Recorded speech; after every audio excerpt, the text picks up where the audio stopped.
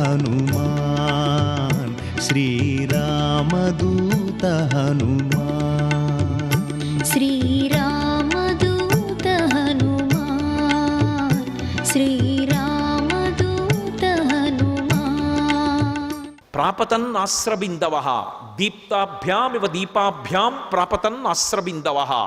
ఆయన కంటి వెంట పడినటువంటి నీటి చుక్క వేడి నీటితో పడిందిట. ఎందుకంటే తను కామించిన స్త్రీతో వేరొకడు మాట్లాడడం, అది కోతి అయినా సరే ఎందుకు మాట్లాడాలి? అది కోపం. తనకున్న కామం రెండూ కలిపి నూనె ఒత్తి చివరి నుంచి అగ్నిహోత్రంతో పడితే ఎలా ఉంటుందో అలా వేడి కన్నీటి బిందువులు పడ్డాయట. వచ్చినది కోతి, అది ఎవరు ఆయనకి తెలియదు. కానీ ఆయన ఆగ్రహం అటువంటిది. ఆ కోతిని పట్టడం కాదు, సంహరించండి. ఎంతమందికి పురమాయించాడో తెలుసా? ఆయన దగ్గర ఉన్నటువంటి రాక్షసుల్లో ఒక జాతి ఉంది, దాన్ని కింకరులు అంటారు. ఆ కింకర జాతికి సంబంధించిన 80,000 మందిని పిలిచాడు. మహర్షి ఒక ఉపమానం వేశారు.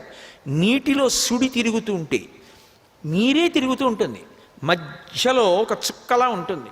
అలా ఈ 80,000 మంది కింకరులు హనుమ చుట్టూ చేరారు. మీరు ఒకటి ఆలోచించండి, నిజానికి హనుమ కాదనుకోండి, అదొక కోతి అనుకోండి, చుట్టూ చేరి 80,000 మంది 80,000 బాణములు విడిచిపెట్టారనుకోండి, ఇంక అసలు గుర్తుపట్టడానికి ఎలా ఉంటుంది? ఆ శరీరం ఛిద్రమైపోయి ముక్కలైపోతుంది. అంటే ఆయన కోరిక ఏమిటంటే, సీతమ్మతో మాట్లాడింది ఆ కోతి. నేనంటే అమ్మ అంటాను, ఆయన అనడా మాట. ఆవిడితో మాట్లాడింది ఆ కోతి, వాడు తట్టుకోలేడు. అందుకని 80,000 మంది కింకరుల్ని పంపించాడు ఆ కోతిని సంహరించండి. అగ్నిహోత్రంలోకి శలభాలు వెళ్ళినట్టు వీళ్ళందరూ కలిసి హనుమని పట్టుకోవచ్చు అనుకుని 80,000 మంది చుట్టూ చేరారు. ఆయన పూర్వమైతే ప్రకటనంగా చెప్పరు, ఇప్పుడు పరమధైర్యంతో చెప్తారు. అక్కడ తోరణం ఉంది, ఆ తోరణం ఎక్కి కూర్చున్నారు. తోరణము అంటే లక్ష్మీ కమ్మి అంటారు. ఇంట్లో గడప ఉంటుంది, ఇటు ఇటు ఉండి పైన ఒక కమ్మి ఉంటుంది, అది లక్ష్మీ కమ్మి అంటారు. అది పుచ్చిపోకూడదు అని కింద పసుపు రాస్తాం, కానీ తోరణం దానికే కడతాం, అది లక్ష్మీస్థానం. అటువంటి తోరణం మీద కూర్చున్నారు. కూర్చుని జయమంత్రం చెప్తున్నారు. ఈ జయమంత్రానికి శ్రీరామాయణంలో ఎనలేని ప్రాధాన్యత ఉంది.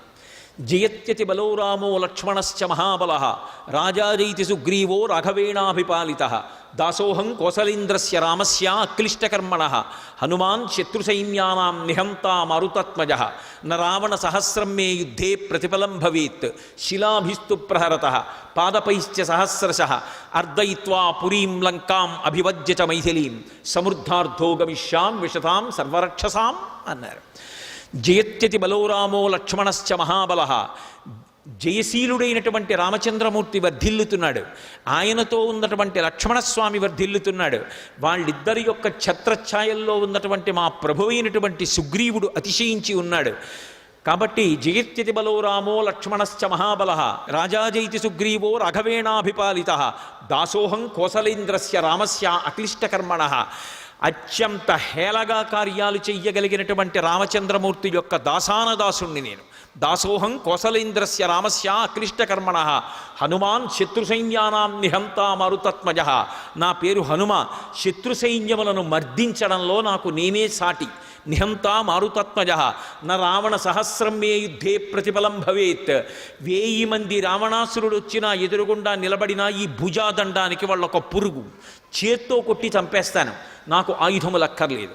శిలాభిస్తు ప్రహరత పాదపైశ్చ సహస్రశః అర్దయిత్వా పురీం లంకాం అభివజ్య చ మైథిలీం.